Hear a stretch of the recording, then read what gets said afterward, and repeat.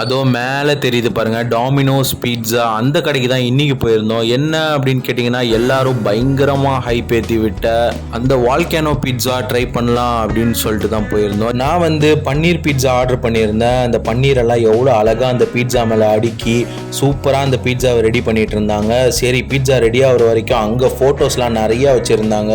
அந்த ஃபோட்டோலாம் பார்த்து டைம் பாஸ் பண்ணியிருந்தேன். ஆம்பியன்ஸ் பார்த்தீங்கன்னா நீட் அண்ட் க்ளீனாக பக்காவாக மெயின்டைன் பண்ணுறாங்க. Time in and take away அவைலபிளாக இருக்குது. ஃபைனலாக நான் ஆர்டர் பண்ண பீட்சாவை கொடுத்துட்டாங்க. சரி ஓப்பன் பண்ணி பார்க்கலாம் அப்படின்னு பார்த்தா சொன்ன மாதிரியே அந்த எரிமலையில் இருக்க அந்த சீஸ்லாம் வெடித்து செதறி பக்காவாக அந்த சீஸ்லாம் ஸ்ப்ரெட் ஆகி பார்க்குறதுக்கே சூப்பராக இருந்துச்சு.